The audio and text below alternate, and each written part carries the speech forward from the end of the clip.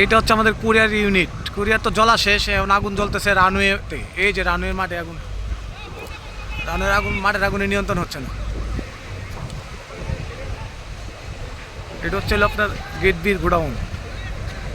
এক কথা শুধু টার্মিনাল ছাড়া আর কিছুই নাই, কুরিয়ার কার্গো এই সাইডটা কিছুই নাই, রানওয়ের যত শিপমেন্ট সবগুলা শেষ, শুধু টার্মিনাল ছাড়া এয়ারপোর্ট আর কিছুই নাই। আংশিক কিছু শিপমেন্ট আমরা কয়েকটা প্লেটের দিকে শিপ করতে পারছি ফোকলিফট লাগিয়ে, আর বাদ বাকি সবই ওইদিকে যা ছিল সব জ্বলে গেছে, সব আগুনে জ্বলে গেছে সব।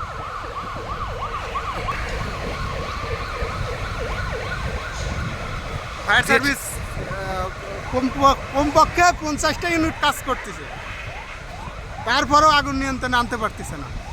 কেমিক্যাল গোডাউনে আগুন লাগার কারণে আরও বেশি ঝামেলা হয়ে গেছে। ডিএচএল এর গোডাউনে আগুনটা, ডিএচএল এর এতে আগুনটা বেশি হয়েছে। ডিএসএল এর গোডাউন আছে, ডিএসএল এর বিমানের গোডাউন আছে।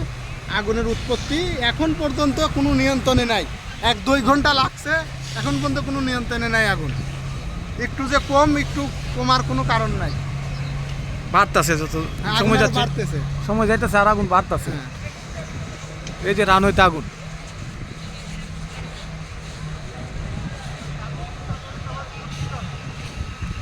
ফায়ার সার্ভিসের অনেক লোকই কাজ করতেছে, কিন্তু প্রথম দিকে তো লোক ছিল না, থাকলে আগুন আরো আগে নিয়ন্ত্রণ হয়ে যেত।